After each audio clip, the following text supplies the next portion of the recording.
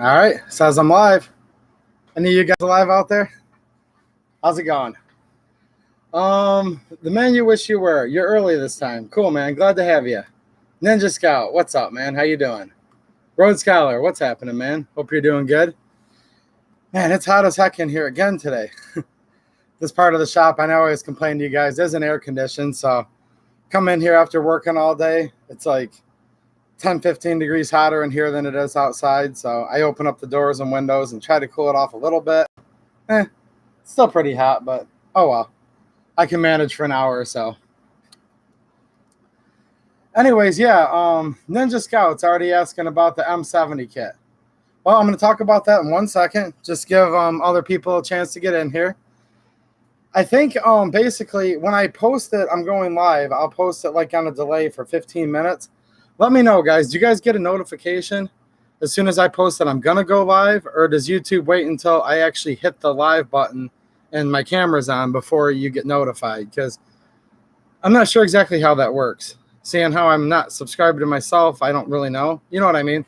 So I've always been curious if one of you guys can answer me how that works. If it gives you guys a little advanced notification if I post it, or do you just happen to browse by my channel and see it? Help me out, guys. I'm kind of wondering how that works. How's it going, Francis? He said it's buffering a little bit. Hopefully it comes back too. I just got on. Hopefully it takes a second and it'll correct itself. Let me know if any of you other guys are having any problems with buffering or any kind of delays or anything.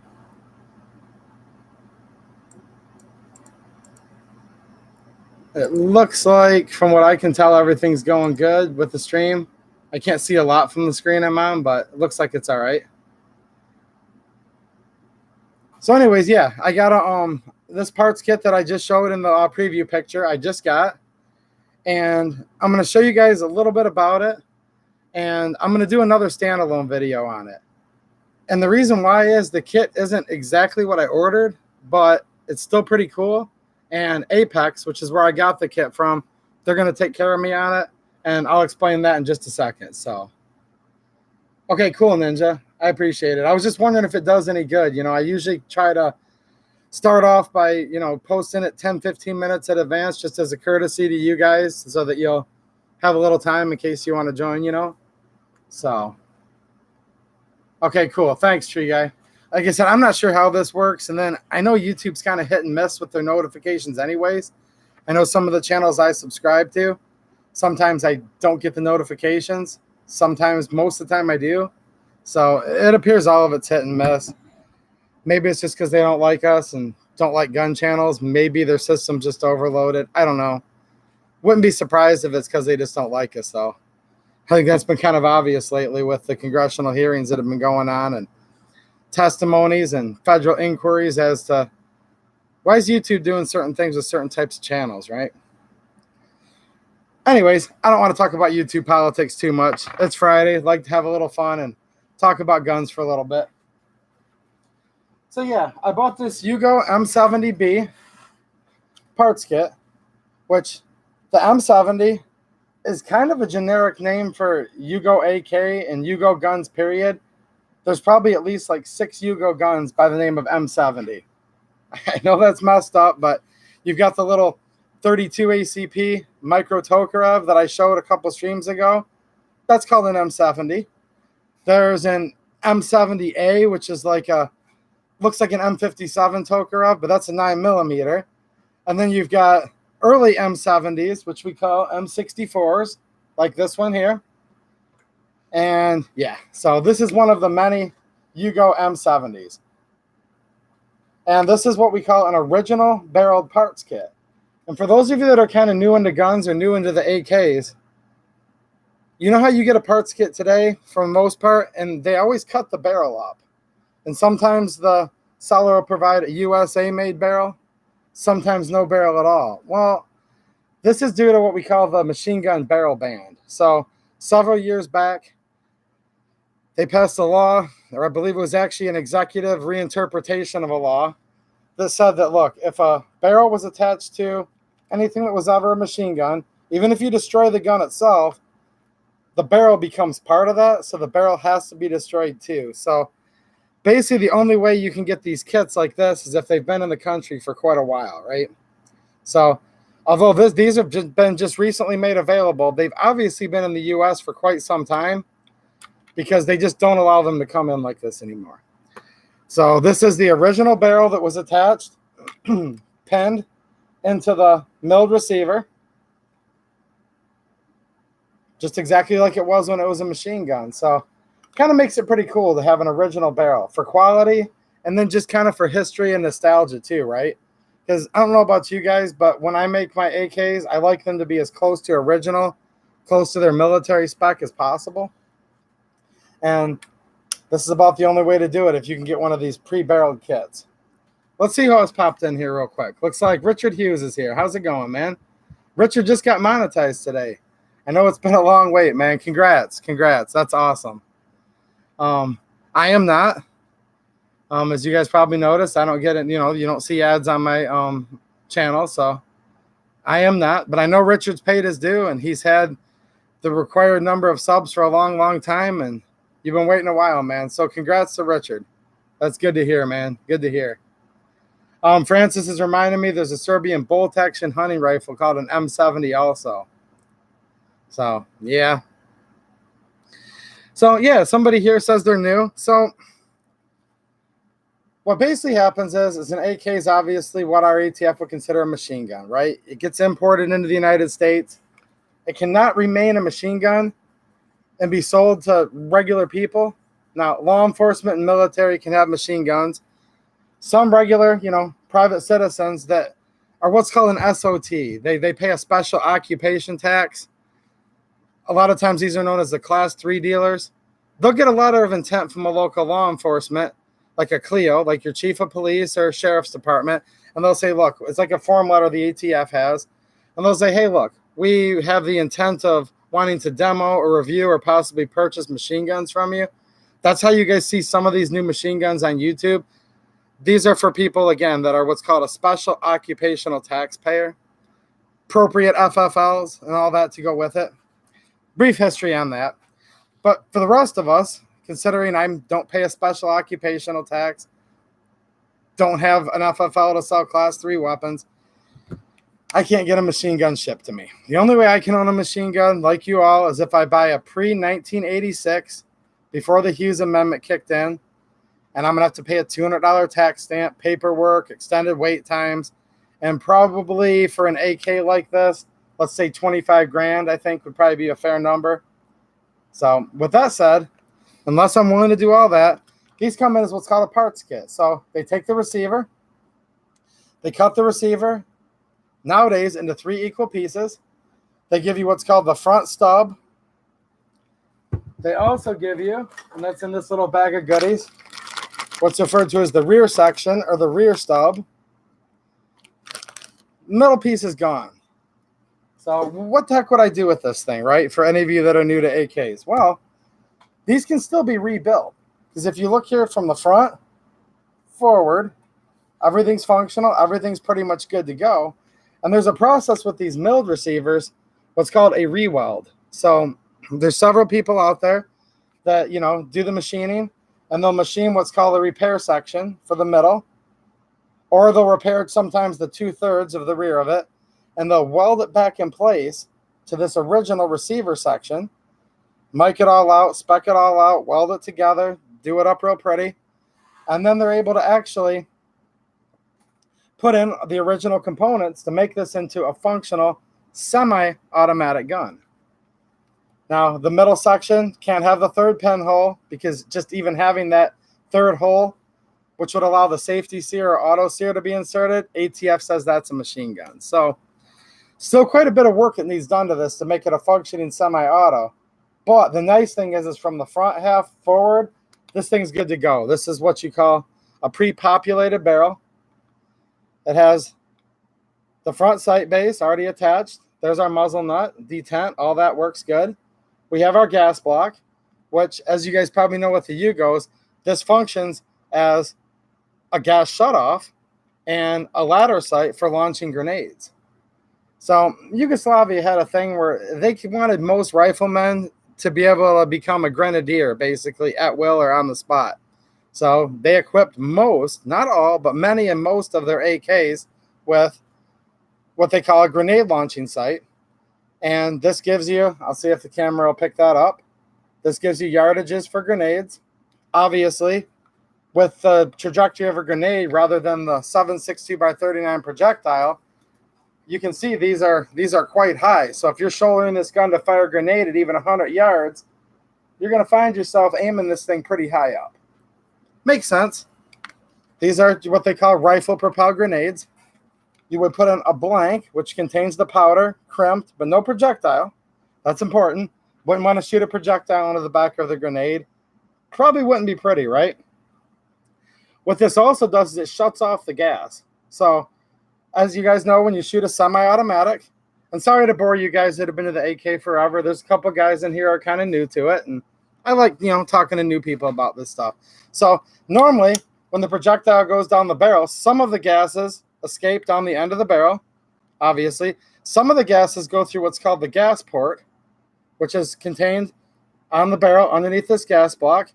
It comes up through this gas block, and it goes into the gas tube, where there's going to be a gas piston connected to the bolt and carrier, and some of the energy of the expelled projectile is going to cycle the action of the rifle, right?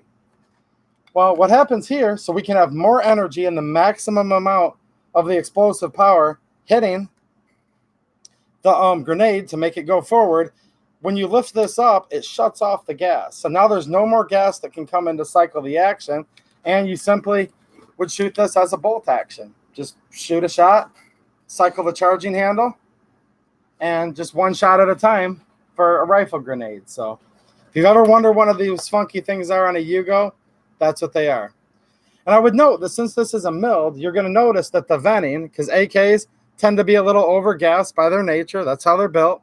The excess gas bleed-off actually occurs through this gas tube.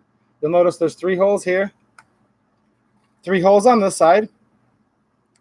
That's where it bleeds off the excess gases, right? Helps reduce recoil a little bit, helps, prevent excessive wear and tear on the gun. This is normal.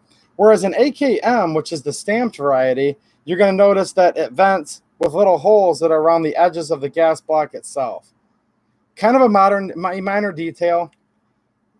Basically does the same thing in the end, but the original AK design was to have it vent through the gas tube rather than the gas block itself. So for those of you that are kind of, trying to figure out some of the differences in milled and stamped, besides the receiver itself, this is going to be one difference. This is pretty normal for a gun of this vintage, because this is an older Yugo, to have what's called a muzzle nut. We think of the classic, sugar scoop, which, yes, that was very prolific on many, many AKs. But I found most of the older ones, especially the older milled guns from a variety of countries, including Yugoslavia, usually came with just a regular muzzle nut. So call it a thread protector, whatever you want to call it.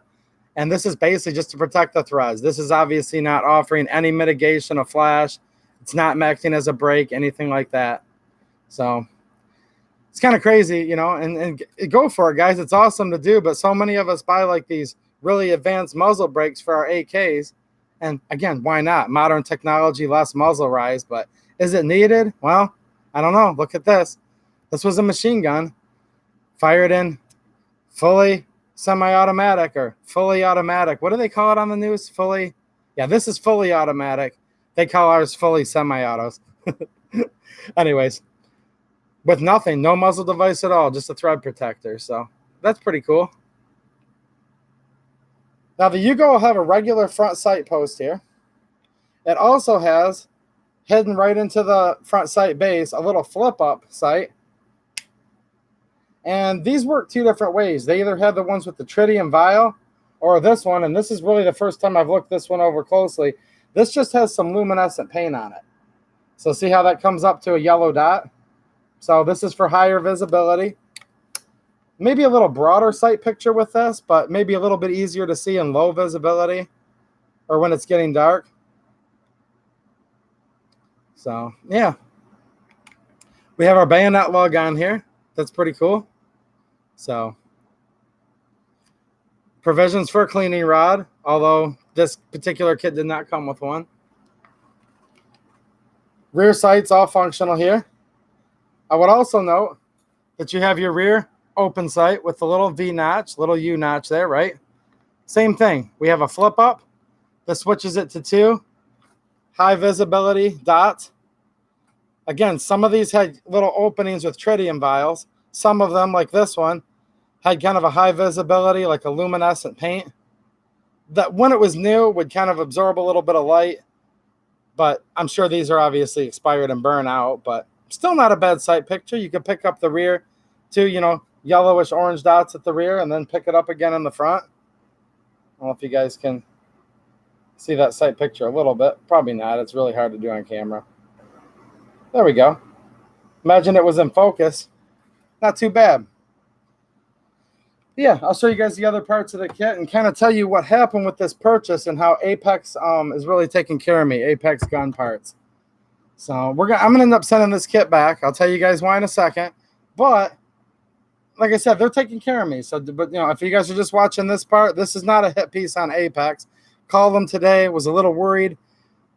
Nicest guy ever on the phone. They're gonna take care of me on it. So let's see. I thought I saw a couple new people sneak in here. Brastard, how's it going, man? He says, let me have that. You have plenty, LOL. Can you ever have too many? I don't know. Let me know, guys. How many guns do you need to have where you're like, I have enough. I don't ever want another one. Can anyone answer that? Or do you want to answer it online? So I'm going to defer to the audience, Brastard, and let them know if I have enough or not. Because how many guns should you have? I would say one more than what you currently have, right? And then when you get that other one, well, how many should you have then? Well, it's still one more than you currently had. So it kind of keeps going. You know what I mean? Is there ever enough? I don't know. Uncle Dan's here. How's it going, man? Shooting with Uncle Dan channel. Let's see here. He's saying he built an AR in 7.62x39 for $400 to $500. And Uncle Dan's had some good luck with his 7.62x39 ARs. Is it as cool as an AK? Okay. Uncle Dan's on the other side of the camera, so he can't beat me up. This is cooler than your AR, Uncle Dan, but I'll let you slide, man. No. Let's see here. Oh, Francis was asking me. There's an M70B underfoot on Gunbroker for $1,800. You know what? I actually saw that on there. It just depends who made it. Like if it was a Two Rivers, possibly. I think I saw that one, and I'm not sure who the maker was on it. So I don't know. Rewelding is kind of one of those things where, unless Matt Yemens did it or Tim at Two Rivers, I'm not saying that. I mean, look, there's probably guys, maybe some of you guys that can do a great job too. But I wouldn't just take a reweld from anyone. That's kind of my thing on that. Let's see here. Dan says, some people call it a thread protector. I call it a muzzle nut in the voice of Carl from Sling Blade. There you go. I always call him a muzzle nut too. When it's on this type of gun. It's weird. Like if I put it on a Glock, though, I call it a thread protector. What's the difference? I have no idea. But it's a muzzle nut when it's on an AK for sure. All right. Troll 22001's here. How's it going? He says 723 is a good number to have. Brastard, sorry, man. Troll just bailed me out. I do not have 723 guns, so therefore I don't have enough. So I guess I don't have an extra one, man. Other than that, I'd send this to you for sure. So yeah, this is a complete parts kit. It came with the top cover, dust cover. Pretty heavy-duty dust cover. Those of you guys that are familiar with milled AKs, these have probably almost twice the weight as a modern stamped AKM. This is a substantial piece here. And if you notice too, since it's so thick, they didn't feel the need to put any ribbing in here. So it's what they call a smooth dust cover. Heavy duty. This dust cover's seen some use, guys. Not really active rust, but patina, all the bluing's worn off. This is kind of cool. You can see what it looked like originally on the inside with all the bluing. But yeah, this gun's probably kind of been there and done that for 40, 50 years. Bolt and carrier. So here's the gas piston I was talking about earlier that the gas is going to act on in the gas tube. So this would ride in like this, right?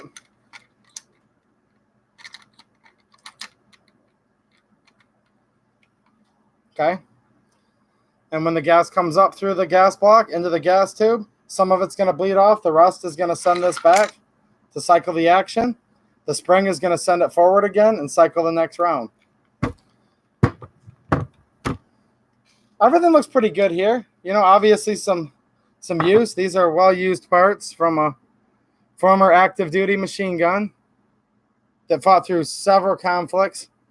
Probably, you know, the Balkan conflicts, the Yugoslav, Civil War. But everything looks good. Yeah, Uncle Dan, not ribbed for her pleasure. Absolutely not. So maybe she would prefer a ribbed, you know, dust cover. Here's our bolt. Pretty standard. This would need some cleaning up a little bit. You can see some old maybe primer sealing on there, it looks like.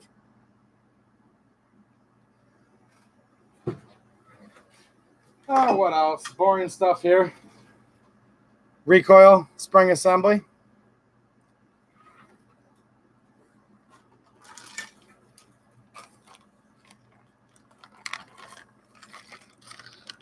Oh, what else have we got in this little bag of goodies? A bunch of small stuff covered in grease. You know, hammer spring. Here's the rear section I was talking about. Some people call this, you know, the rear stub. So this is the back half of the milled receiver. There's your socket where your stock will go into with bolt. The Yugo stocks are totally different than most countries' AKs. Keep in mind, guys. This was a stamped. You call this rear area the trunnion, but in this case, your trunnion is just milled into the actual receiver itself, right? Troll 22001, sometimes they will, sometimes they won't. It depends on country of origin, and Yugoslavia is kind of an anomaly when it comes to almost all their AKs. It's really best to call the Yugo stuff AK variants because their milds aren't a true mild. Their stamped are still way different. They're just, you know, they're AKs. Sure, we can call them that, but they're not really exact AKs. Certainly not of the Russian, you know, variant. So there we go. There's our trigger guard. This can all be reused. You can see where this was torch cut. These rivets would need ground and, you know, drilled out here. Okay, for our mag catch. Same thing here. There's rivets across the bottom that would need drilled out. There's our nut for our pistol grip, all that. Sling swivel. See, there's been some wear and tear on this over the years. Which this is all cool. I like a battlefield pickup AK. You know, we've got our selector that previously would have let you select between safe, semi, or auto. In my case, when this is done, it'll just be basically a safety or fire selector. Now, they give you the full auto parts in here. You can have the full auto parts. That's fine. The rate reducer, the third pin, all of that. You just can't drill the hole in here to get it to where you can even put in that third pin. That's what sucks. So you could sit there with that third hole, and the ATF would say, well, hold on a minute. Now this is too readily convertible to be made a machine gun. And it doesn't even matter if you put the full auto components in it. Just even having it where it's readily convertible, they say that's enough. It's a machine gun. They can confiscate your machine gun, pull the trigger, find out it's only semi-auto. Doesn't matter. So, yeah, I'm not a lawyer. Not going to give you guys legal advice. But keep in mind, if you're ever building from a kit like this, realize there are laws that affect this. You know, what kind of parts you can use, what you can't use, where you can drill your holes in the receiver, where you can't. And, of course, like everything with guns, these are felonies. So do your homework and look it up. Like I said, modern, yeah, Uncle Dan, ATF sucks. And I'm glad I'm not boring you too much. The man you wish you were. Nowadays, they won't even, quote, allow us to have an original barrel that was once attached to a machine gun. I mean, how stupid is this? Shouldn't have to buy a barrel when you buy a parts kit. It came with the gun. You know, instead, nowadays, for the most part, you either have to buy a kit that costs more money that comes with it, or you get the kit for cheaper without the barrel, and then you got to buy a barrel. So what gives? So yeah. So yeah, here's all your little goodies. Your pistol grips in here. Standard plastic, all plastic, you know, Yugo pistol grip that they use for decades and decades. One more part to show you guys on this. We got a buttstock. Now the Yugo buttstock's a little different. Remember I showed you guys the back of the receiver section here? I'll show you one more time. The man you wish you were. Why would you torch it to begin with? Well, I personally wouldn't, but the ATF says this. No machine guns are allowed to be imported from other countries since 1968. Most people think it was 86. Nope. Quick history lesson for you newer guys. So in 1968, there was a law passed called the Gun Control Act. It established many, many, many things. Draconian, complete infringement on the Constitution, 100% illegal. You know, I can do a whole stream dedicated just to that at a later date if enough of you are interested. But as far as it pertains to tonight, one of the things they said is no foreign machine guns can be imported at all. So that was the first, you know, outright ban on machine guns. Now, in 1934 with the National Firearms Act, they didn't ban anything. They said $200 tax would be levied. Now, that was like, I believe, $6,000 or $7,000 back then by today's money. So they basically made it where in 34, only rich people could get machine guns. But you could still import them in from any country of the world, bring them in full auto, register them pursuant to the NFA, pay your $200 tax. Good night, Dan. Nice to see you, buddy. Go check out Uncle Dan, by the way, if you guys aren't familiar with his channel. Great guy, cool channel. Been a buddy of mine for a while. So shout out to Uncle Dan and have a good night, man. Anyways, so they basically in 34 said, yeah, pay the tax, but you could bring in, you know, anything that you wanted pretty much, pay the tax, which that alone's BS. Don't think I'm condoning it, right?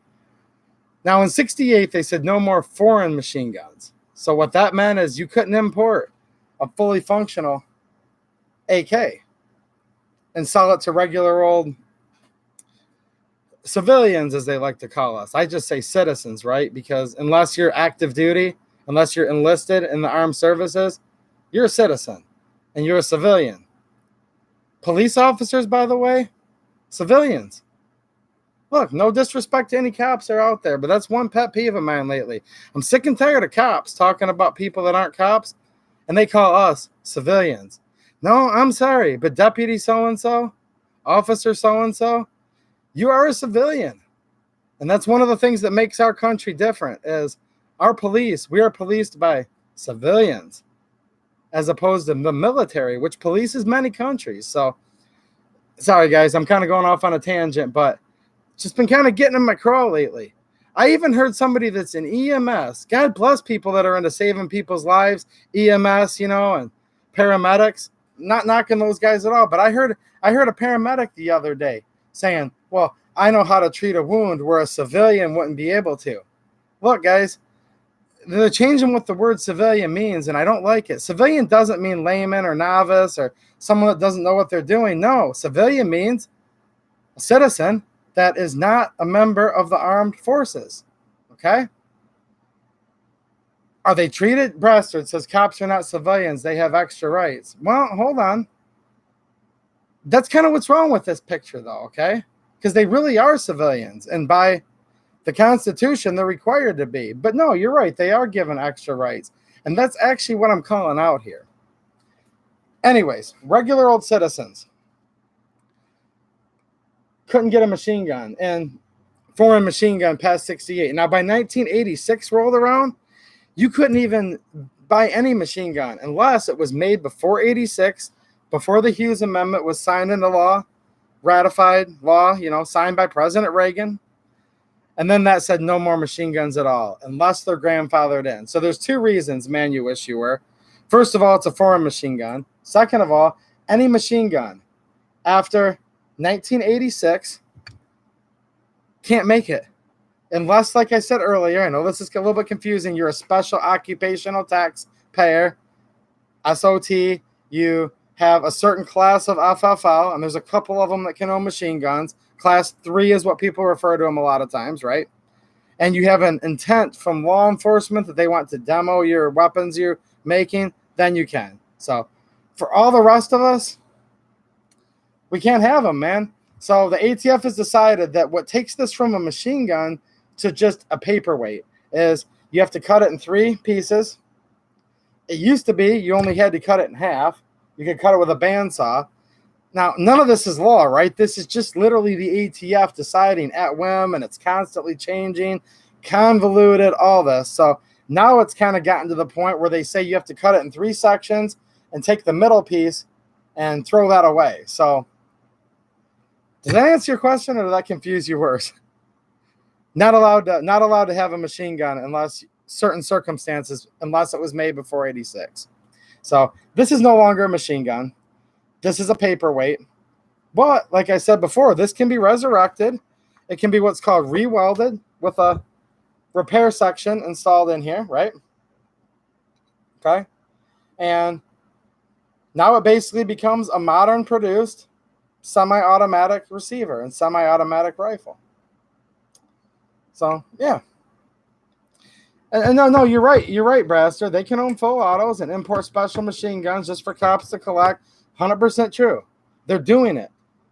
But is that actually the law? Is that the way it's supposed to be? Or are they taking rights? Are they acting outside the law? That's my real point I'm bringing up here. Because, yeah, bump stocks are officially illegal, right? Are they machine guns? Of course they're not freaking machine guns. The law specifically describes what a machine gun is. You literally have to be dumber than most 5-year-olds or just willfully ignorant and plugging your ears and going la, la, la, la, la when somebody's reading the definitions to you to think that's a machine gun. But guess what? Interpretations upon interpretations on precedents of precedents of precedents. No one even knows where the original precedence was. Just trust them. It's a precedence upon a reinterpretation of another precedence of a reinterpretation of that precedence's precedence. Read the bump stock ban, guys. It's literally that bad. So, yeah, I get what you're saying, man. But I know you're just playing devil's advocate with me. I know you well enough. Trust me, guys. Braster's not ignorant. That's not what I'm implying here. I know what he's doing. But, yeah, it's a bunch of BS.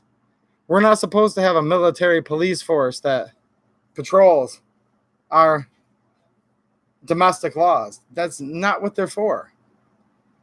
And, yeah. So the law said no machine guns could be produced in the United States after 86. It's called the Hughes Amendment. But the problem is they never said in the Hughes Amendment. I just got a little bit of fog on my camera, guys. Sorry about that.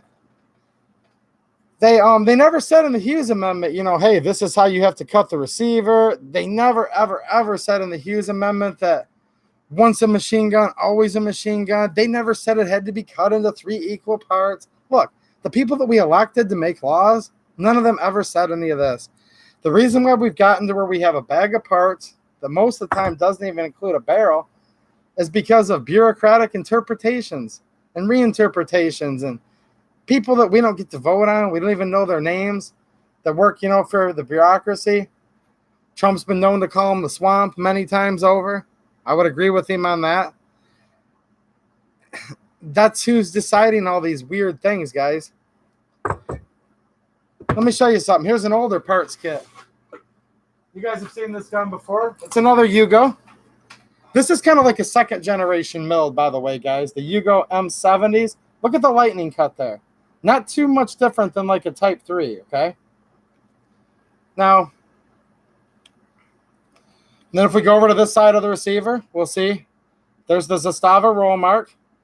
Zastava, Kragujevac, Yugoslavia. By the way, guys, this is cool. This is the same Zastava that like Zastava Arms and all them is still importing guns from today. So this is the Zastava factory. That's who made this gun. Now this one here is what we call here an M64. That's not really what they call them in Yugoslavia, but we'll call it that. This one, when it was cut up to make it not a machine gun, you can see very, very slightly. Now, Tim did an excellent job at Two Rivers on this, but in the right light, you can see here's where he had to weld it once, and then right back here, he had to weld it again. But at this time, yeah, you still had to cut it up into 3 pieces. You can still have the barrel back then. This was a pre-barrel band kit, so this also has the original populated barrel, just like this one does. And we'll be able to notice some similarities right here, guys. Very, very similar affair. The M64 and M70, not much difference up front here. But what I was going to get at with the laws and reinterpretations changing is, back then, we were allowed to have the middle section. So in this case, this one's a pretty cool re-weld. This still has the U, the R, and the J, which are the 3 selector markings. The middle section here was kept with the kit. So these 3 sections could get welded together to where essentially this gun's pretty much, mostly original, guys. Sorry, I just approved that the man you wish you were. That's YouTube, not me. Why did YouTube block, didn't block, but made approval for ATF sucks? That's not even a cuss word. But anyways, yeah. All this stuff's original, guys. Now, is the M70 build going to be close? Yeah, close, but it really bums me out. Kind of being a historian and liking, kind of an AK purist guy. I wish I could have all those sections together, And the third pinhole was completely welded shut, inoperable, before this gun was put together, all done in the legal manner. So there's where it would have been. But this is welded all the way through with a rod. So this is not readily convertible. You'll notice the M64s have different lightning cuts in them. So we've got a relief back here, this weird looking scallop up here. Provisions for the bolt hold open device, because this gun does have a bolt hold open.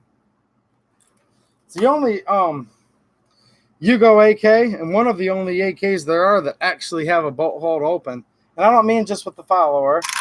I mean that we can hold it open. Now, with a Yugo follower, it would stay open, right? But as soon as we drop the mag, the bolt would go forward if it was the follower. So, special mag that has a notch cut in it to activate that bolt hold open device. So yeah, this has a true, no mag holding it open, guys. True bolt hold open. And yeah, everything on this gun, except for a couple, compliance parts, is all Yugoslavian. So yeah, that's how we got to where we are today, where we end up with buying a kit and we just get a box of parts. Not allowed to bring the barrels in anymore.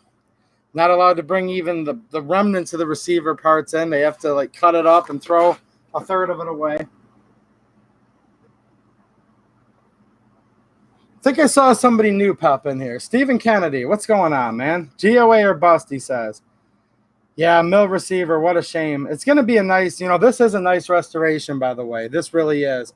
And I'm going to try to get this as close to this as possible because I've got a milled folder right here. I want a milled fix stock too. Orion Fixer stuck in there. What's happening, man? He said, Brastard, exactly. They want us to have muzzle loaders. Yep. But the police, they need machine guns. Yeah. Yep, you get what I'm saying. Cole's here. How's it going, man? Good to see you made it. But yeah, so here's kind of what went wrong, guys. When I bought this parts kit from Apex Gun Parts, you guys probably know who they are. Thanks, Tree Guy. I appreciate it, man. Thanks, Steven. Brastard, you're right. Some of the small importers will still bring in all the receiver pieces. You're right. Again, this is a gray area. This is bureaucracy and gray area at its best. Sometimes when they're dealing with the ATF on a certain batch, the ATF will say, get rid of the middle section. Another importer could be dealing with another set of agents on another batch, and they could say, oh, that's fine. So they don't even interpret their own rules that they've promulgated upon their own rules. You guys, I don't want to get into that circle again. This is a very circular topic. But they're different from time to time. I've heard importers say, this time around, the ATF said I could import them this way. The next time around, the ATF said another way. One importer working with the ATF today, bring it in a certain way. Another importer the same day working with another group of agents, they want them to do something different. Where they want them to put the import markings, if it's like a pistol. I mean, yeah, there's a lot of anomalies. Anyways, here's what was kind of wrong with this. So when I bought this kit, they said two things. Look, I know when you buy these kits, it's as is, where is, this is old mill SERP stuff. It's not going to be brand new. Look, I know all this, guys. I'm totally into these guns, been into them a long time. But when you go look at the picture, and I'm going to do a short video on this, it's going to come out in the next couple of days, and I'll put a screenshot. When you look at the picture of the kit, they show like a couple different pictures. They show the whole lightning cut, and then where the receiver was cut is a little bit after it. So in other words, the way it's pictured, they cut it aft of the lightning cut. Well, I know that sounds stupid, guys, but you can get a way cleaner and better re-weld if they cut it after the lightning cut, because now you don't have to weld in an area where it's got, you know, curvatures, okay? That was one thing. The other thing is they said it wasn't going to be all matching, but the major components, the receiver stub, okay, the top cover, the bolt, and the bolt carrier would be all matching. Well, my cut is not what was pictured, okay? And then the biggest deal was none of them match. In fact, between the bolt, the carrier, the cover, and the receiver stub, it's 4 different numbers. Like not even 2 of them match each other type of thing. So I was a little bit worried. Called Apex today. Nice guy answered the phone. Conversation was 2 minutes, guys. I said, look, here's the deal. Here's my, he goes, what's the product you ordered? I gave him the part number. He goes, okay, what seems to be the problem? Told him exactly what I just told you guys. He goes, okay, well, I'm going to need your order number. Looked it up.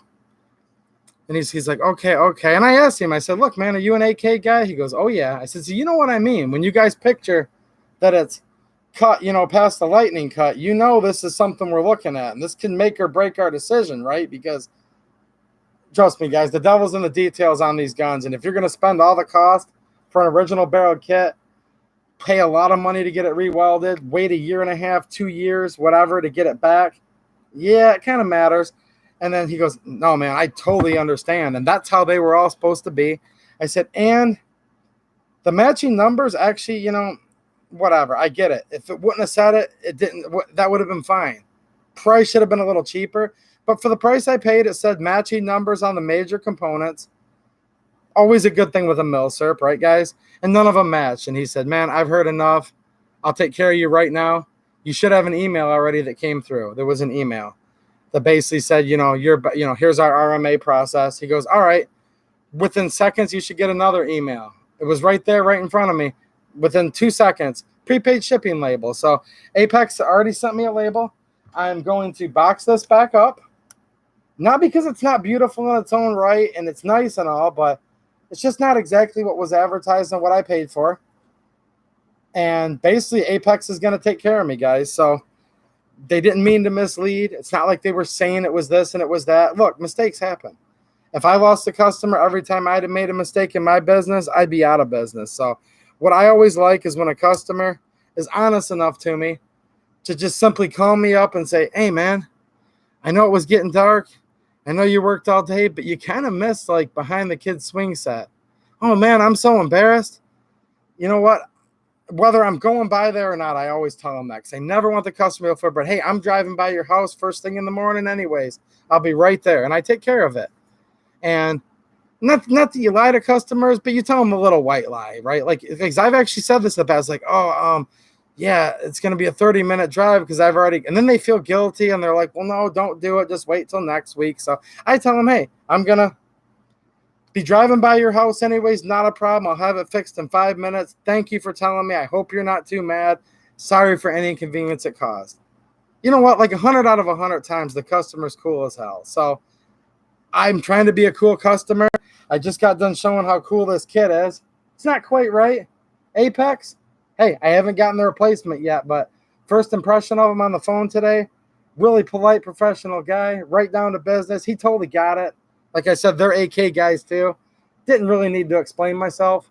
I think the phone call could have gone in 1.5 minutes. It took 2 minutes because I was like, man, I'm not trying to be a jerk, but, you know, where it's cut kind of matters and stuff. He's like, dude, you don't even need to tell me. I get it. So he said, you know, he'd make sure he put a little note to have it checked for me before my replacement goes out that, hey, look this over real good just to make sure. So, yeah, they're going to take care of me, guys. And I'm going to do a video. You know, I'm going to do a couple videos on this. I'm going to do a quick 5-minute video. Can't imagine it being more than that. Just on, hey, guys, sometimes mistakes happen. if the gun shop you're dealing with online, or in this case, supplier, if they're being cool, be cool. No reason to bash them. Look, I still had content for my video tonight, guys. I had already opened it. I told the guy, hey, I opened it, and that's how I found out some numbers didn't match. He's like, not a problem. Put it back in the baggies. So I'm still getting my content. And, yeah, so, yeah, they made a little mistake. I don't hold it against them, and they were really cool about it. I have the shipping label right here in front of me in another tab. So, yeah. Let's see where we're at here. ATF sucks. Indeed. Unlucky. Yeah, Brastard, man, you're right. He says, unlucky for us, we're getting anti-gun ATF director. We're going to look at the recent ATF as the good old days. That, I hope you're wrong, but that's going to suck. Let's see here. Yeah, a couple of you guys are liking the milled stuff. That's pretty cool. This is old school stuff, guys. This is old Yugo. I mean, this is first gen. And these officially were never even adopted into service.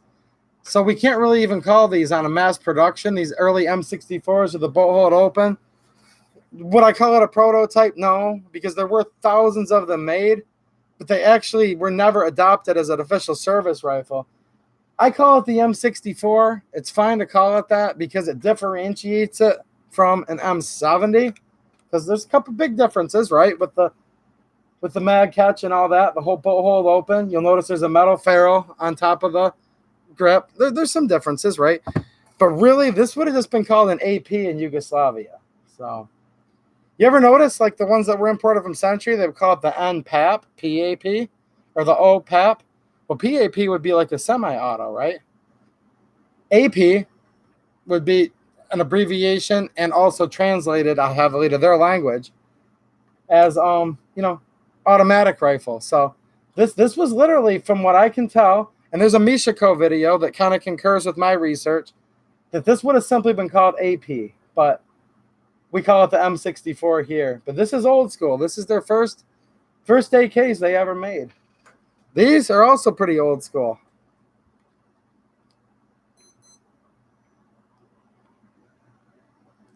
The man you wish you were. No, this kit was not from Apex.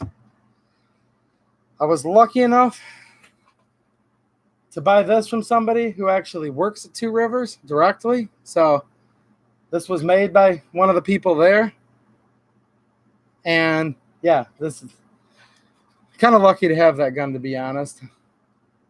Old red, white, and blue. How's it going, man? The beard's got to be hot outside. Yes and no. I mean, it kind of is, but it's kind of nice to a point too. It keeps dust and stuff. It seems like almost away from my mouth. But yeah, it's time for another haircut, guys. My hair grows like a weed. You can see I'm sweating just being inside here. Sorry about that, guys. I know it's kind of gross, but yeah, I need a haircut and a shave. My hair grows so freaking quick. It's nice to have a little extra hair for the winter, but man, it just keeps getting hotter around here. Ninja says Apex is sweet. Francis, your priority gone, but good night, man. Desert Loner, what's happening? How you doing?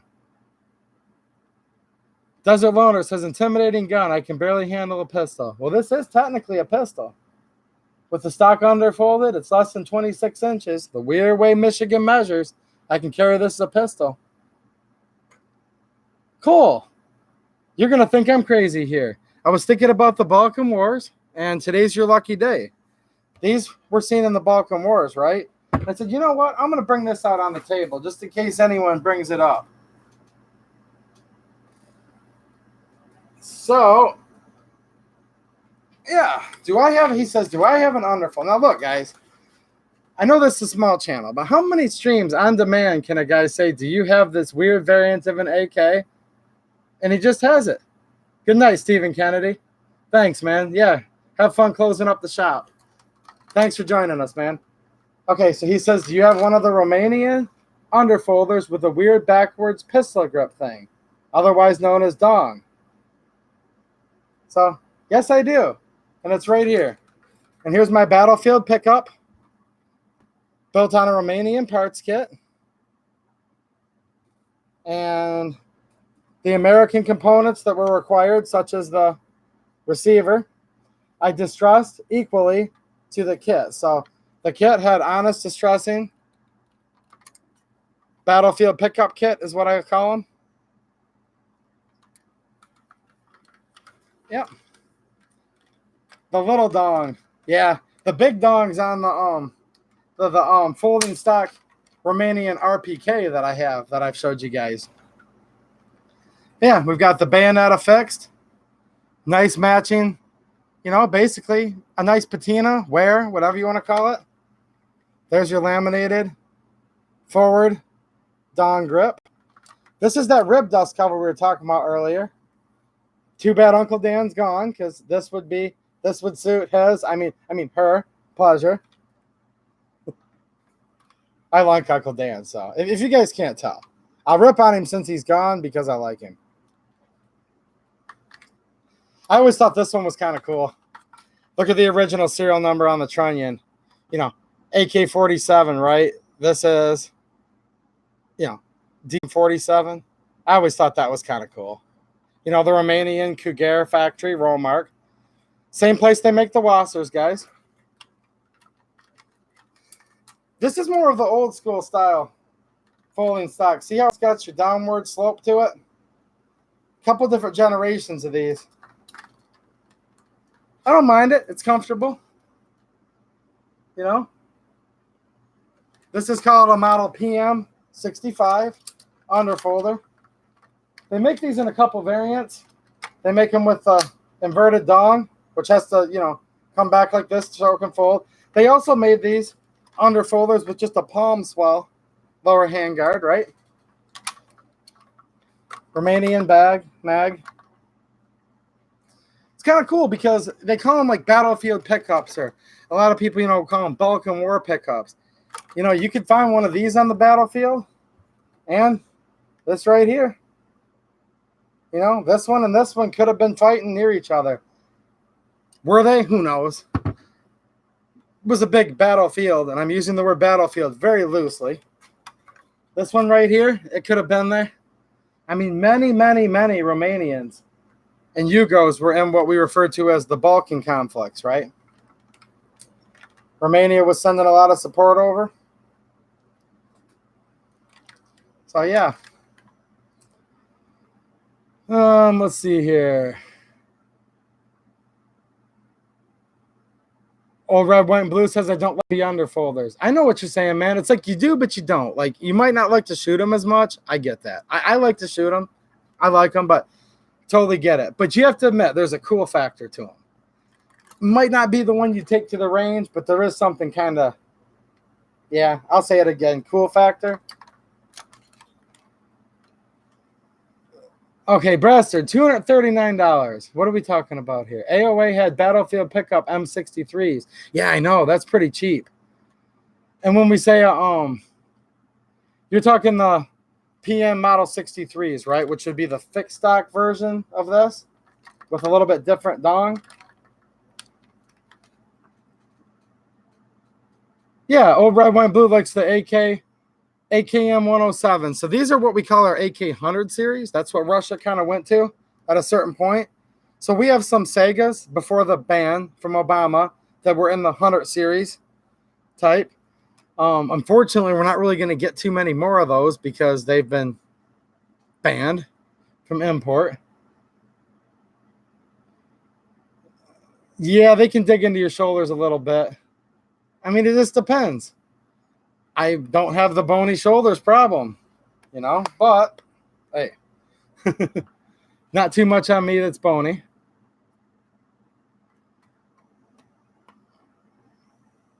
Yeah, Cole's basically saying the same thing. Love them or hate them, they're still cool. And I think Red, White, and Blue agrees. They're cool. The AKM though, the 107s, yeah, that would be a side folder. Brester's talking about. I don't know if I have one here with the actual dong in place, but I got a couple Wassers back there. A Wasser's basically a civilianized, you know, PM Model 63 kit. They actually built them all until just a few years ago off of surplus original military Kugar kits.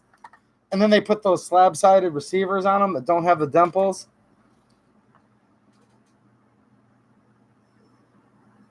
Okay, bad news. It sounds like in Illinois again. Orion's saying due to the gun license dealers bill, Illinois passed in January and went into effect July 17th.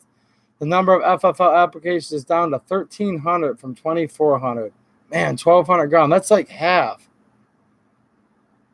Man. That's crazy. And Cole, I don't have nearly all my AKs here. Just a few of them. I kind of like to keep around the shop. And sometimes I bring different ones back and forth, depending on what the content of the stream is going to be. But if you ever have a request and I don't have it here, and a couple people are interested, you know, yeah, I like requests. I do this for you guys just to have fun. And, you know, I guess I'm selfish too. I do it for fun too, because I like hanging out with you guys and you guys sharing stuff with me, keeping me up to date. Yeah, red, white, and blue brings up a good point. Just buy 80%ers. So I do it while we still can, guys. Go over to Arms of America and grab you a couple of those 80% WBP shells, if you will, paperweights, whatever you want to call them. Yeah, they're pretty cool. Pretty cool. Center support riveted in, rails welded in, through heat treated, all of it heat treated. Yeah. I grab a couple, guys, if you can afford it. Cole, do I have a Norinco? Yes, sir. Norinco's Polytex? Yeah. Yeah, more than a couple, I'll say that. I have more than a few. That's Brastard. Now, Brastard will exaggerate and say I have more than I do because thanks to Troll earlier, I have to get more than 723, then I can start giving stuff away, and I don't have that many. But yeah, I'm pretty big into the Chinese AKs. I have an original 56-1, you know, rebuilt machine gun parts kit right over here. Yeah, so the 56-2, the side folder one, right? The Bakelite side folder. There's two variants of that. I actually have the Polytech version of that. It's called the AKS 762. So yeah, I don't have the Norinco one, but they're very similar. There's a couple little differences and a couple teeny things, but they're basically the same gun. But yeah, I do have the pre-band Polytech AKS 762 Bakelite side folder. Not here at the shop though. That one's in the actual vault, if you will, the top secret location. But I wouldn't mind bringing it in. I thought about doing a video on that one for a while. You know what's weird though? What I've noticed is, you know, look, I'm not in here to be famous. I'm never going to be famous on here. I'm not monetized. I'm never going to make a penny. But with all that said, I'm just like anyone else. It makes it feel more worthwhile if I put out a video and at least a couple hundred people watches it. And you know what I've noticed that's messed up? I can show like a really cool rare gun that's like, wow, man, this is cool. Like people are going to be stoked to see this because there's barely any around. It's a rare variant. I put it out there. It'll get 150 views. I put a video about this out here, which ain't not knocking this. It could get a couple hundred views. It could get 500 views. I have a video with this gun that's getting really close to 40,000 views. And if I bring in that Bakelite Polytech pre-band side folder, I don't know. It's really weird how this works on YouTube. You guys know what I'm saying? But if there's even one or two people that are genuinely interested, yes, I definitely like to take requests and like to do viewer-inspired videos. I've done a few of those recently.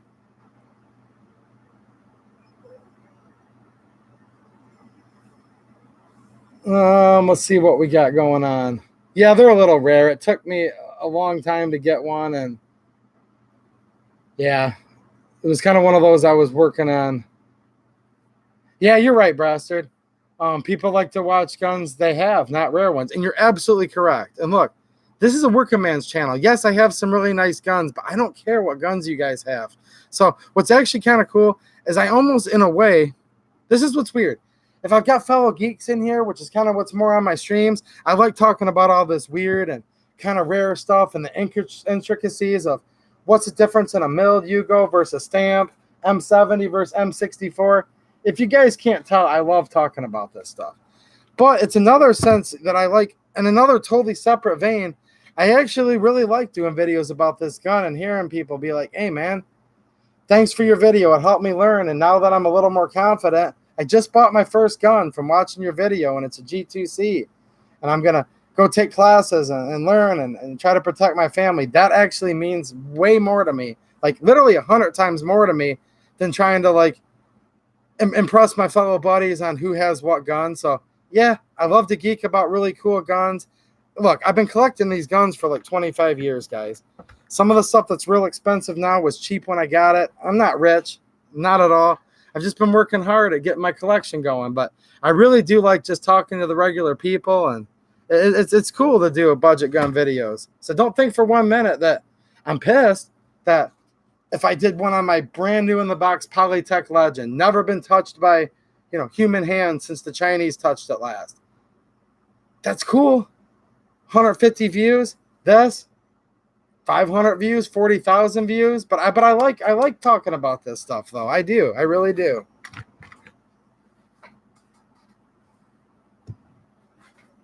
Let's see. Manuel Shearer wants to take a look with the sheath off the old bayonet here. There you go. Bayonet's still in pretty good shape. See? So yeah. I don't always affix bayonets on my AKs. It makes them a little bigger to store, but hey, I thought it looked cool on here. And this is a battlefield pickup. So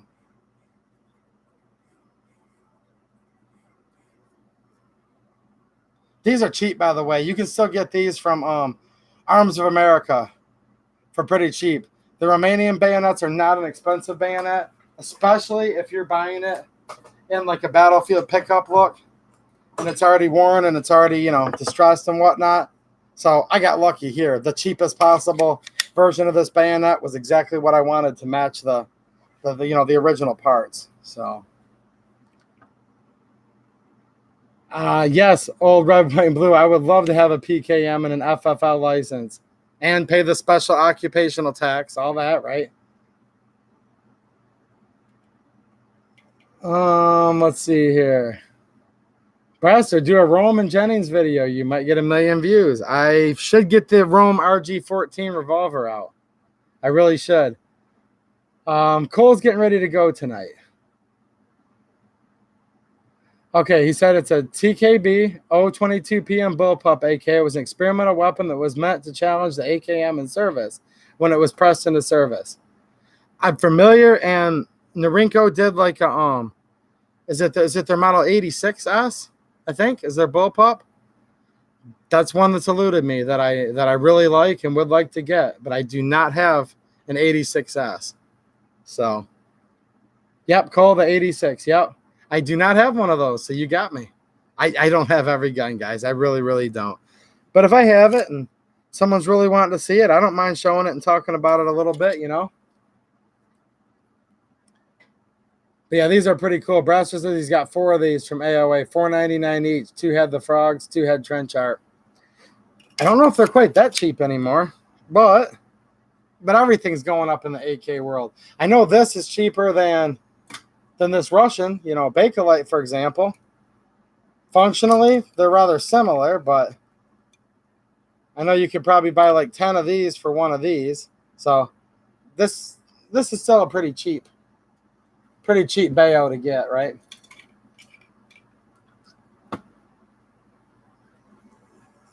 I wonder how much these bayonets are actually nowadays. I'll check it out. I know the Yugo bayonets are still cheap too. Speak of the devil. For the Yugos, the black-handled bayonets, our guns not too long ago still had brand new ones. They were missing the hanger and all that, but they were $15. Yeah, these are at $8.95 right now. Brastard's helping you guys out. So the man you wish you were, if you go over to Arms of America, somewhere around $9 or $10. I think Brastard's in the ballpark for something like this.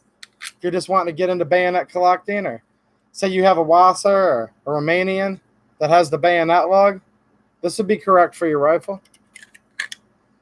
I mean, if you want to get really technical, there was different variants of these, but look, for regular purposes, you're kind of new into the AK, this is correct for most Romanians. All right, guys, I need to get a drink. I'm going to come back, show you those couple parts. Remember the Czech K98 Mauser from last week? I got the couple parts in, and it's basically a complete gun. I was going to show you guys a couple little cool trivia type things on that gun. And so if you're interested, hang out for just 5 minutes and I will be back. You guys won't see this exact one again. Maybe you will if I do a quick 5-minute video. But this is going to go back. I'm going to get another one. This is me giving props to Apex. Don't want anybody to think otherwise. And no, Apex doesn't sponsor the channel. They didn't give it to me. I bought it, but I've just been around the block so much. I've been screwed over by some of these, you know, sellers online and gun shops. And for these guys to be cool, I figured I'd just give them a shout out. I already have a shipping label. Hey, Food Forest Permaculture, how's it going? Nice to see you. You just came in when I'm getting ready to take my 5-minute break, but I will be right back. Yeah, good night, Tree Guy. I know you got to go to bed. And Cole, I know you're heading out too, man. Sorry to disappoint on the Type 86. Don't have one, but maybe next stream I'll bring out another Norinco or Polytech as a consolation prize if you'll accept it. So, all right, I'll be right back, guys. See, I'm down to like my last couple drops, so I'm going to go get a refill.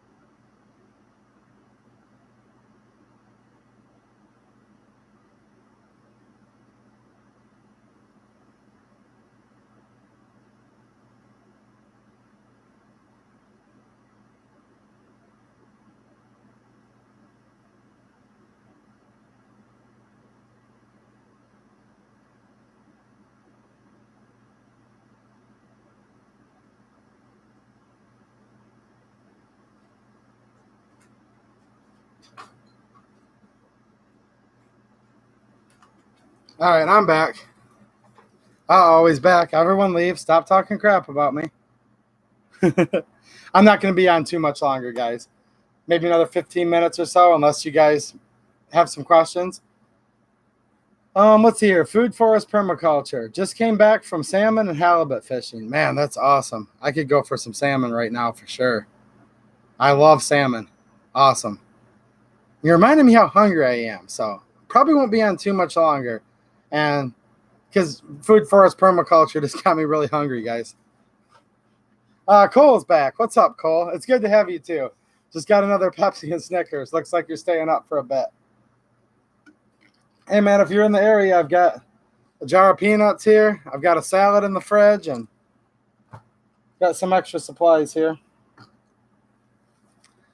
Anyway, so yeah, looks like Brastards. I appreciate you filling in some people on some of this stuff. Hey, get this stuff while you can if you're interested in it, guys. Don't take it for granted. Ask Brastard. He'll tell you. He'll tell you, man. Me and him have been, probably some of you other guys too, but I know Brastard. Me and him have been at this for a long, long time. Back in the 90s, all this stuff that we could get for $3, $5, we took it for granted, and it's... So don't panic buy. It's nothing like that, man. Nothing like that. But, if you're like, man, I'd kind of like to have one of these bayonets.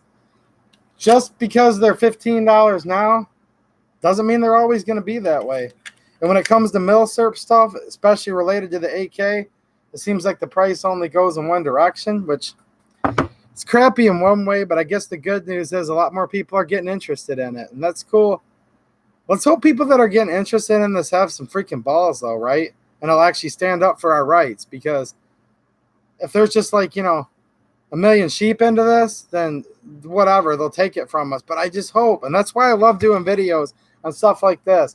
I just hope if we can get some more people into guns, that's a start. But then maybe they can go from a gun guy to a Second Amendment guy, because there's a big difference. I know so many people that are into guns that aren't really into the Second Amendment. And I love the guns, but really they're kind of inconsequential because the Second Amendment's what it's all about. So I love seeing new people get into it, even if it makes the prices drive up. Let's just hope some of them become supporters of the Constitution, period, first and foremost, the complete Bill of Rights, and then obviously as it pertains to what we're talking about, the Second Amendment. So I found a lot of times it's a little easier to get someone that has a gun to recognize the Second Amendment than someone that doesn't, but not always, not always. It's a really, really fine line. And I think there's a lot of confusion out there that gun people are Second Amendment people. And it's a case a lot of times, but not often, not as much as it should be. It's kind of messed up, isn't it? Desert Loner says, I go to protests and I sign petitions. Good, man. I'm glad to have you on our side. I'm glad to be on your side, vice versa, Great for your brain, Desert Loner says. That's true, right? Is it the omega-3 fatty acids really help promote brain function? Yeah, there is a myth nowadays in society that fat's bad for you and you need to get away from fat. Well, fat's very essential to many functions of the body, and I think it's actually carbs that kind of make us fat more than fat does, but this isn't really the nutrition channel. Should have my wife get on here one time and talk about the keto diet with you guys, because she's really smart and she knows a lot about it. And I don't know, you guys probably can't tell, but I've been doing a pretty good job, guys, of cutting down the carbs and not a strict keto diet. I work outside a lot. I still have a little bit of carbs, way less than I used to. And again, you guys can laugh at me if you want. I'm still pretty overweight, but I am up to about, I've lost about 35 pounds since late April. So I've been trying to eat a little better. And like I said, my wife's a lot smarter on this than me. Mateo's here. How's it going, man? Nice to see you. Yeah, better late than never. It's all good. You're one of the most loyal guys that come and watch my stream. So you're the last one I'm going to hold it against you for being late. Trust me, man. Nice to have you, though. Yeah, like Brastard said, lots of regrets on cheap surplus. Most just goes up and up. Yes, it does. Yeah, Ryan's right. Fat doesn't make you fat. Sugar does. Absolutely true. Now, if you have diabetes, pre-existing health conditions, that's different. I get that. But, for the most part, It's sugar, simple carbs, you know, bread. I know we all like bread, but yeah. Yeah, you guys remember this last week? I just showed it to you guys for a few minutes.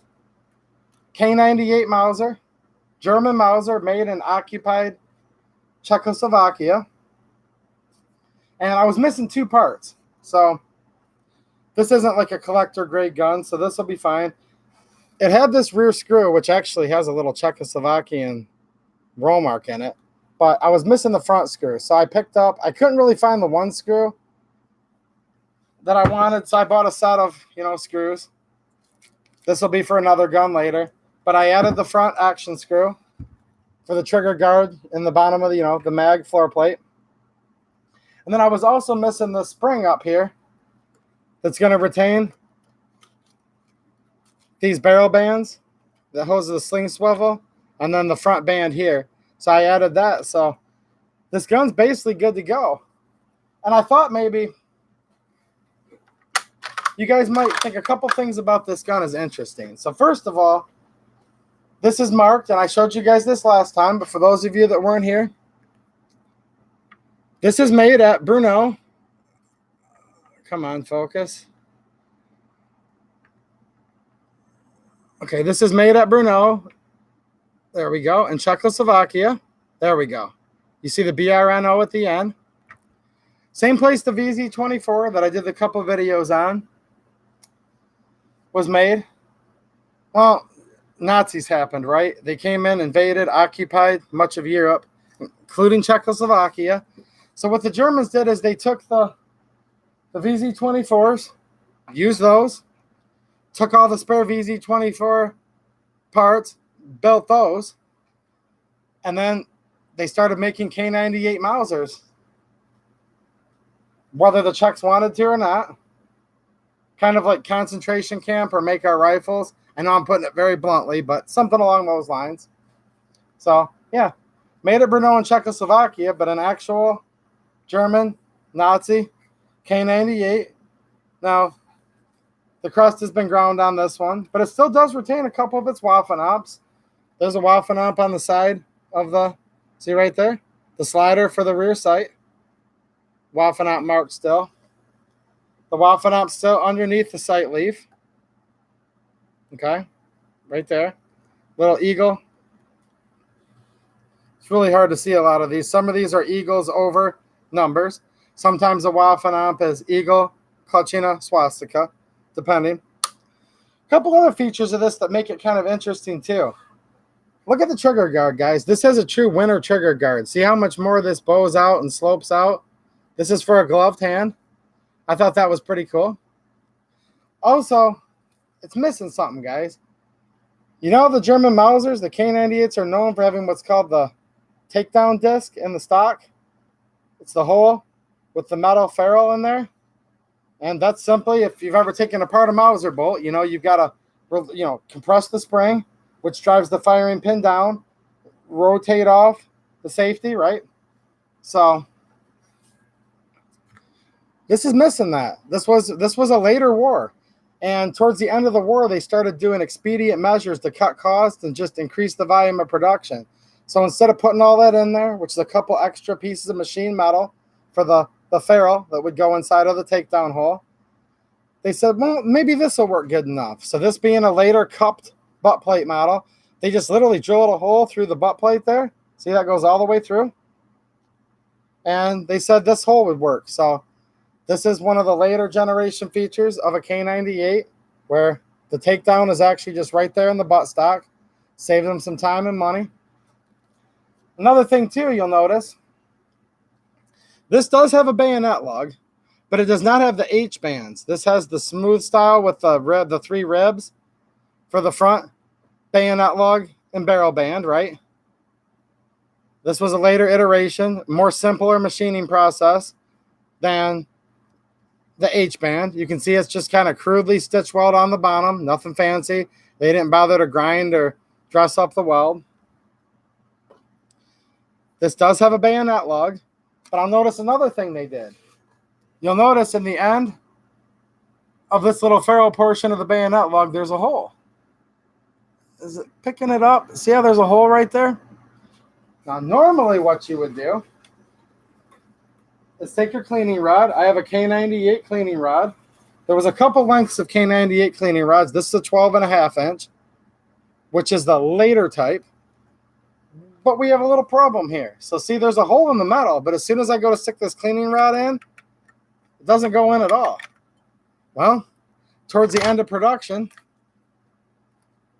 to save money, yeah, this hardware was ready for it. They never drilled through the wood to have a cleaning rod. So in this case, the soldier would have just carried his cleaning rod a la carte, I assume.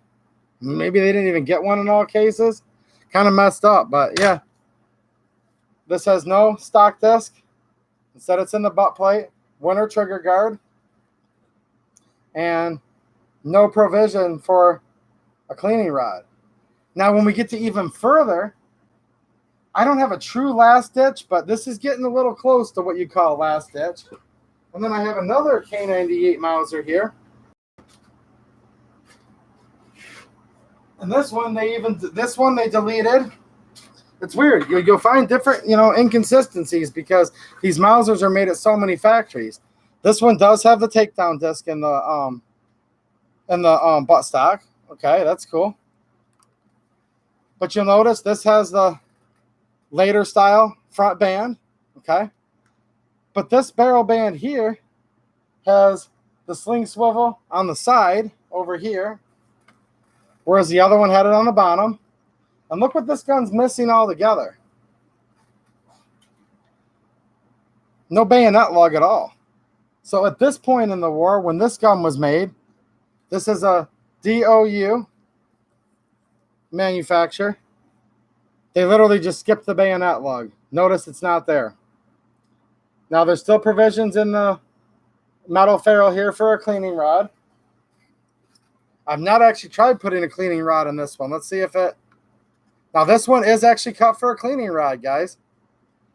Now it'd be the shorter style. So again, they made 3 different lengths. This is a little bit too long a one for this particular K98. See how random these guns are, guys? On this one, they decided to ditch the bayo lug to save some money and some time. But they did cut it for the shorter cleaning rod. The other one over here has the bayonet lug, right? Oh, there goes the cleaning rod.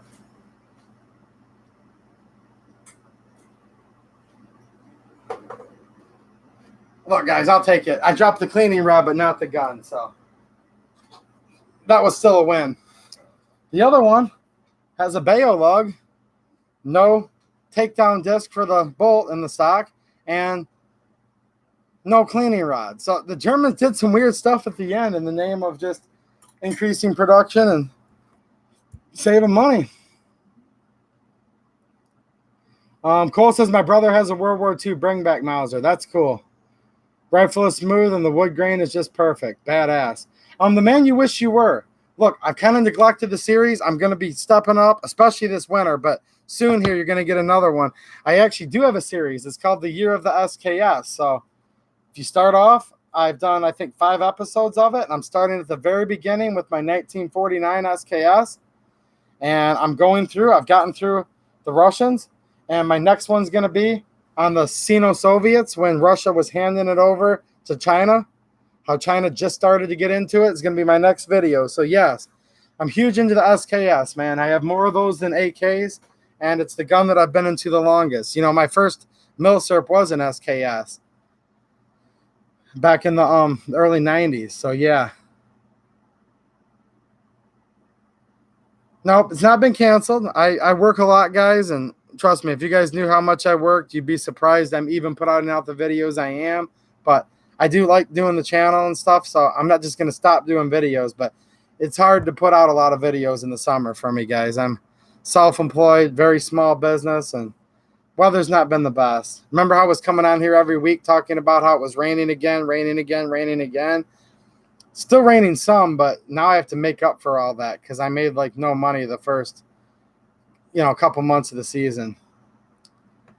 Yes, you do need to make me that palm video, Brastard. I think the pot's calling the kettle black here. So Bastard's saying you're kind of slacking on your SKS videos. I'll take that.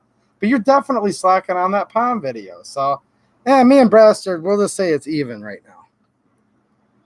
That's how you know Bastard's your friend, when he kind of gives you some crap and stuff. But I ain't going to cut you too much slack, dude, because I do want to see that pond. Cole says he watched all the SKS videos. They were so awesome. Also, can't wait for the China-Russian SKS relations. Back when China got the SKS, they originally produced with the blade bayonet. Yep. But then they went to the spike. Yep. And actually, some of the very first ones are actually kind of sort of Russian guns. But we'll be getting into that soon. You know what? And hey, I'm glad you're new, the man you wish you were. I like I said earlier, I like that. Whether you're a new gun owner and this is what you want to talk about, or you want to talk about the bayonet, or you want to talk about the SKSs, I'm pointing at one that's right over here. Yeah.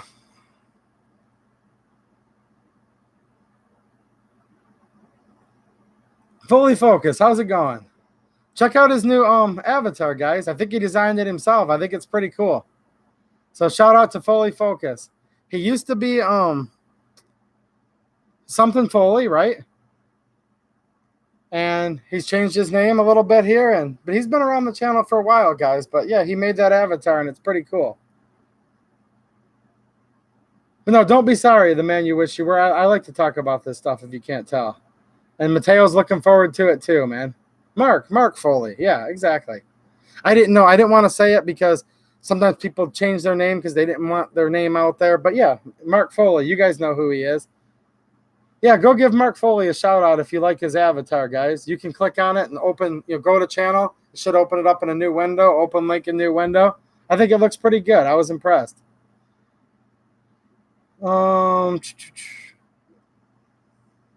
Yeah, I started with the 1949, the man you wish you were. And I happen to have it handy right here. So 1949 SKS. And many more to come. Let me see if you guys have any more questions here. By the way, if anyone's lurking out there, come in and say hi. I want to make sure I say hi to everybody. Yeah, this is a blued bayonet. Now, quick piece of trivia for you guys. The very, very original 49s actually had a spike bayonet. So the Chinese didn't invent the spike bayonet, guys.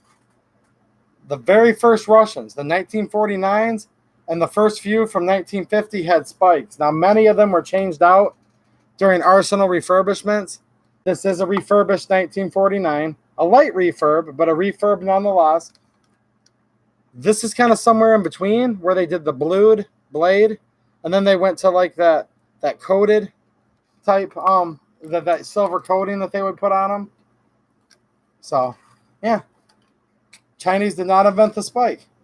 And there's another country that used the spike too. So the Russians originally, but just for a little bit, then the Chinese.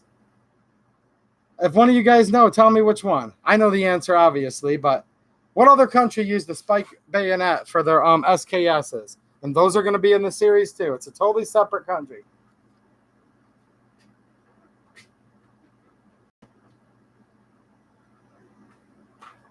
And I know somebody in here knows. Yeah, Bastard, Russia. I covered that. They were the very first and went away from it. So Russia, China, and there's a third one that used the spike bayonet. A country that some people, unless you're into the SKS, you probably didn't even know they made an SKS because they were kind of low production. Most were destroyed, and they're kind of rare. Yep, Albania. Yep, you got it, man. And Cole. I'll call you guys a tie. They both came in at the same exact time. Yep, Albania. Those also have the spike bayonets. Not a direct replacement with the Chinese, but close enough. Those are usually the blued, right? The Albanians, whereas the Chinese are usually more of that silver coating they put on there. Like a chrome, if you will. Not really a polished chrome, but like a nickel. What's going on up here? Was Mateo, did you get hurt today, man? What the hell happened? Hold on, guys. I got to scroll up here. Oh, man, I hope you're okay. Mateo got hurt at work. Looks like you guys already know this. It's a lot hard. It's hard to read when you're talking this much, guys, but piece of PVC in the face. Great. Well, hopefully it's just above your left eye, and hopefully your eye's all right, man. Sorry to hear that. I hope you get better soon. That sucks. That sucks. I get hurt all the time at work too. Not that it matters, but today I didn't get hurt. Today was a good day as far as that goes. I don't know, Cole. I'm gonna say it's a tie. Don't give that bastard too much credit, okay? He's calling me out for ending the series, but he hasn't done the pond video. So don't you cut him any slack, Cole. Come on, man. Help me gang up on this guy. Oh, this came in, by the way. I bought this in the wintertime, but I just brought it out.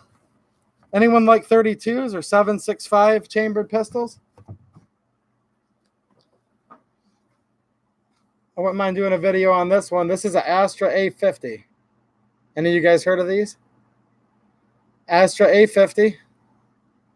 Chambered in 7.65 millimeter. In this case, parentheses 32. That's kind of weird. Usually the Europeans just put 7.65 on there. But this is parentheses. Barely listening. I'll say it one more time, bastard. I'm not going to cut you much slack because you called me out on my SKS videos, but I'm waiting for the pond video. So I told Cole, you can't be cutting this guy any slack. We got to gang up on him now.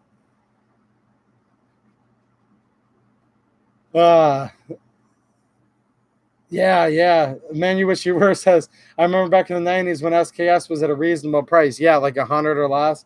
And then Desert Loner says the 90s when video rentals existed. Oh, that's funny.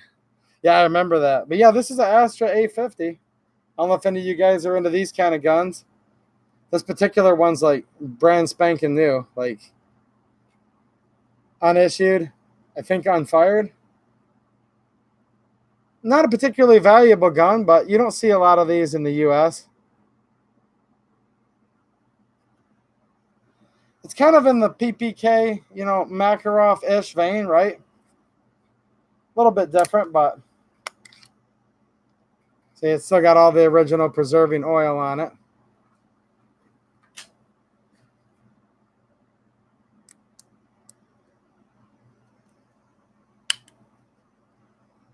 Yeah, so there's a little takedown lever here that you have to pinch and pull down. And while you're pulling that down, the barrel just comes up and off. So that's what I mean in the vein of like a PPK, Makarov,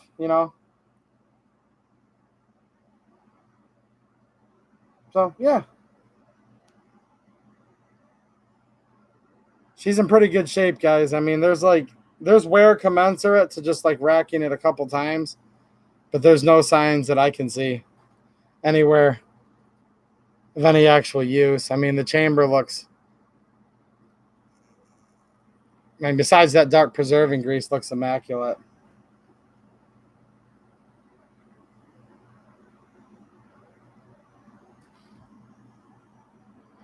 Yeah, the 22 long rifle version, the Constable, those are kind of rare, actually. Are you selling the whole gun, too, or just the mag? But, yeah, Astra A50, just kind of a... If you guys haven't figured it out yet, I kind of like the, a little bit more unique guns. That's kind of my thing. I get bored kind of easy because, well, I don't know. I just get bored easy.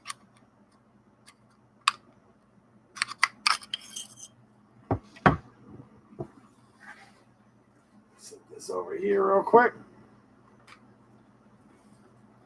I'd like to do a video or a stream one like just on 32s, but I don't know if anyone's into that kind of stuff, I pretty much do what I want to do, but I hate to just bore everybody, I've got all these little Hungarian 32s over here that I like. Same thing again, PPK style. What's happening, Strike 9? Good to see you, man. Thank you. I'm glad you liked it.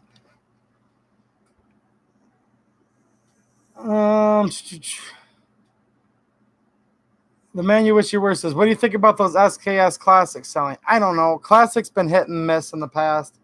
I ain't going to knock them, but I ain't going to say I totally trust them either. Some of my older videos, But at the same time, I don't know.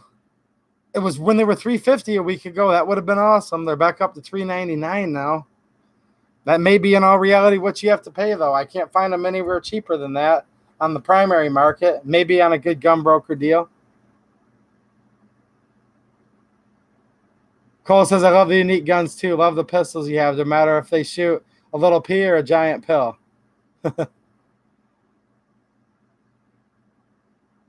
Oh, I got you. Yep, you got it for your girlfriend's gun. That's cool.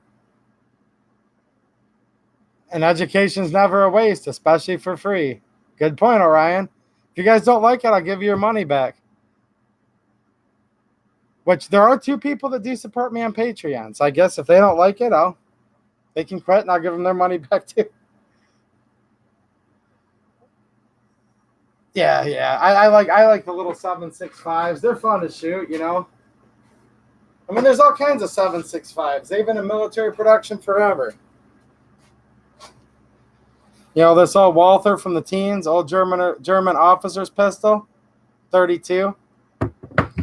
These CZ50s and 70s, 32. Military caliber, right?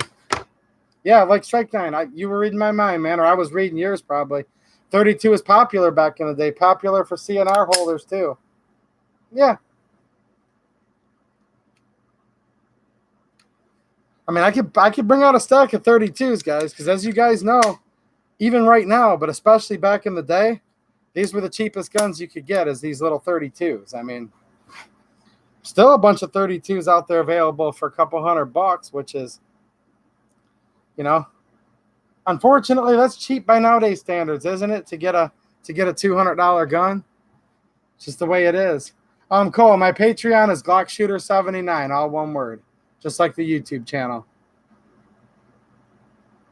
Yeah, look, guys, I don't like to do big Patreon drives and make everyone feel guilty, but I do spend money on the channel, and I do, you know, buy some ammunition. I've been trying to show a little more shooting on camera lately. Other times I just tell you guys about my shooting experiences.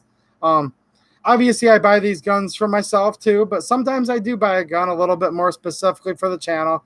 So if you guys aren't already Patreon to death by all the other people you like, and there's a lot better channels than mine, it does help me.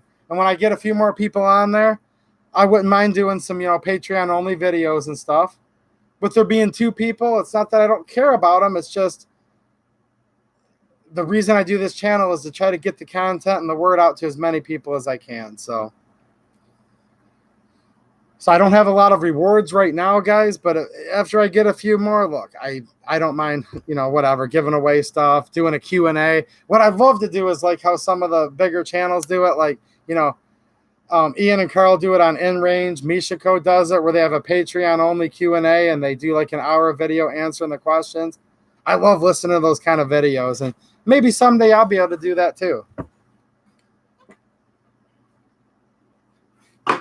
Oh, you guys are going to think this is funny here before I get off. I did buy another kukri for the channel from last week, okay? And guess what kukri I bought? So if you guys don't know what I'm talking about, go tune into last week. I've got the antique from the Nepalese Palace, right? I've got the current Nepalese-made Afghanistan one, and I bought a third one. No, this is not a joke, guys. They have these on Amazon. They call this a letter opener kukri. And the thing is just so freaking cool. This was $7.99, $8. It's got a real like rosewood handle. That's actually, you know, I mean, being serious, it's full tang, riveted. Now, this is not truly Damascus. This is like an acid etch that gives it like a, you know, faux Damascus look. But still, for $8, isn't this thing pretty cool? It's even got the little famous trademarked little, you know, indentations that the kukris have. Hold on, I can't help myself. I'm going to get the yak grease on myself and take one for the team. Just because try to cheer Mateo up. He's got a goose egg. He got hit in the head. So now the joke's on me because I'm exposing myself to the yak grease. So I'm probably going to be in worse shape than you in a minute. But yeah, the old antique Nepalese, as it was frozen in time in the yak grease. I'm just holding this up for a reference. And here's my little letter opener kookery. But hey, this is $8, guys. I just thought it was kind of fun. Dang, yak grease. Oh. I have to be stupid, guys. Like literally, I'm stupid. I talked about this yak grease all last week. And yeah, I just did it. Do any of you guys own any yaks? If you do, when you butcher your yak, I guess, to get the fur off of it or the hide off of it, figure out how to make this yak grease. This stuff is badass. I mean, we always say like, hey man, cosmoline is the shit. You know, it's awesome. No, cosmoline's nothing. Yak grease is where it's at. It looks like it's good. My hands are still sticky until I go use some of my homemade soap. Let's see who popped in here. Brastard says, well, hold on. Man, you wish you were said, love the 32. Me too, man. Brastard says, I was lucky. My parents bought me a Daewoo DP51 on my 16th birthday. I already had a Llama 22 long rifle, a Special. I don't have the Daewoo DP51, but I do have the Lionheart LH9, which is that's a DP51-ish, right? Where do I find all these cool weapons? Man, I'd be on for another 2 hours. I've been at it since the 90s. You know, locally, I've got friends of friends of friends. It kind of word gets out, you know what I mean, in a small town. Like, you know, here's the Milsurp guys. Here's the guys that are into this and that. So it kind of gets to where you know people who know people who know people. Then you get texts and calls. Hey, man, you looking for one of these? You looking for one of those? Can't afford nearly all of them, but that's how I find out. Sometimes a little gun broker. Sometimes a little classic firearms. Arms of America, Apex, AIM Surplus, you know. So yeah, a little bit of all over the place.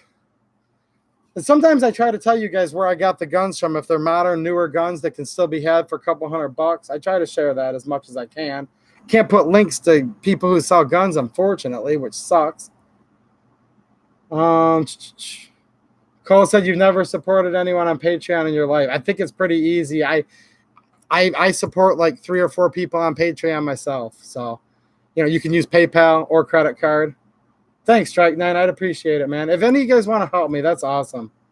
I don't like to talk about it too much because I hate it when people e-beg. It's not even like that, guys. But if you want to help, you guys are awesome.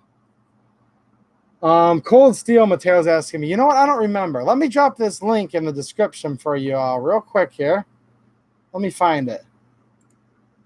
I think this is just kind of like an off-brand, but it's kind of cool, though. And guess what? I lied to you guys. Well, no, I didn't. I paid $8. Never mind. It's even cheaper than that now. Yep. My order was $7.99. Right now, it is $7.19. And at least how I see it on my end, you can click the little button for a 10% coupon. So this might be about, let me know if that link's working, guys. I believe, I think the little coupons, sometimes they offer them to certain people, but not others. But let's just say it's $7.19 at most, maybe $6.50 prime shipping. So there's the little 2-second review. And if you guys like it, there you go. 5-inch, 3-inch blade. It does claim hardness of 55 HRC. So there you go. Mini kookery. Kind of goes along with the goat guns, doesn't it? Mini Steyr AUG. Mini kookery. I should do a minis. A mini stream. No. Man, you wish you were. I would like to do more range videos. Look, guys, I'm not that fancy at editing. I don't look as cool as Mr. Guns and Gear when I shoot. And I don't mean that as a joke. Like, literally, I don't look as cool as him. But do you guys like me doing my little bit of range shooting I've kind of been showing lately? I mean, I like doing it, but I'm not from the military. I've never been on a SWAT team, so I'm never going to have that cool guy factor at the range. But if you guys don't mind it, I wouldn't mind doing a few more little range videos. Strike 9 would be interested in seeing some bayonets. I think that'd be interesting too. I'll bring some more bayonets out. I've showed a couple tonight, but I'm not a huge bayonet collector. I don't have a bayonet collection like, you know, 545 Prepper would, but I have a fair amount just because I kind of like to buy them to accessorize with my rifles. So over the years, there's been a few that have added up. Brasser says, don't bring a pocket knife to a kukri fight. Oh, not even this one? Not even this Boker Kalashnikov? Yeah. Kukri would whip this too, wouldn't it? Cut some water bottles with a kukri. I should try to do that. All right, Orion. Thanks, man. And I'm going to try too, because in what I was talking about earlier, getting new people into shooting, letting them know that a gun's a tool that we need to respect, be safe with, but that it's not inherently evil.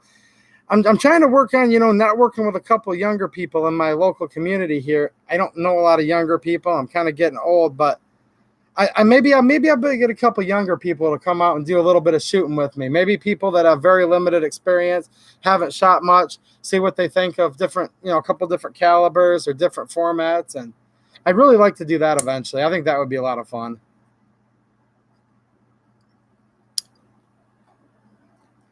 All right, guys, I'm getting ready to sign off here, just taking a quick peek. If there is any more questions or somebody that I missed, say hi to me. Troll's still here. What's up, man? Due to 32, he says. Ooh, Mateo says, my guns are evil. I heard once he had identified as a Democrat. Dang. Dang. And as Mateo noted earlier, guys, you know, for you young folks in the house just getting introduced with life, he does bring up the good point. Yak grease does have other alternative purposes. So I'll let you use your own imagination on that one.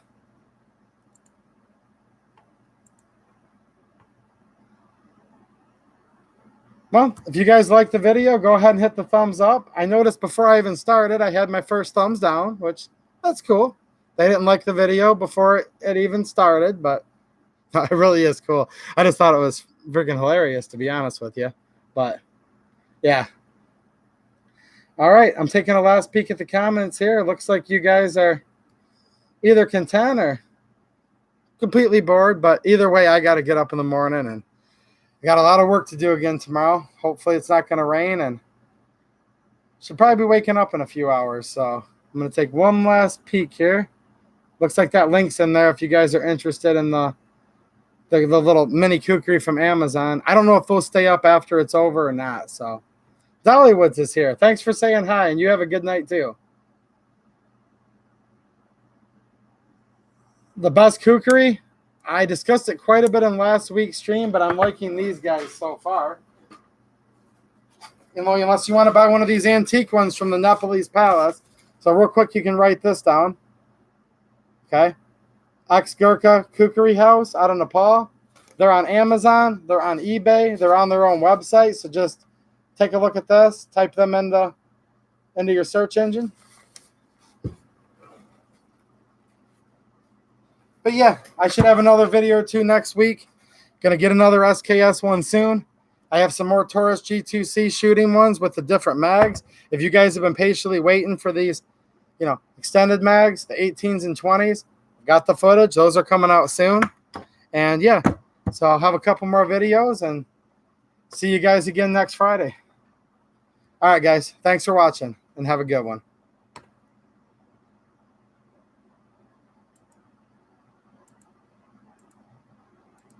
And let me get over here and all right, I'm ending it now for real. All right, night, guys.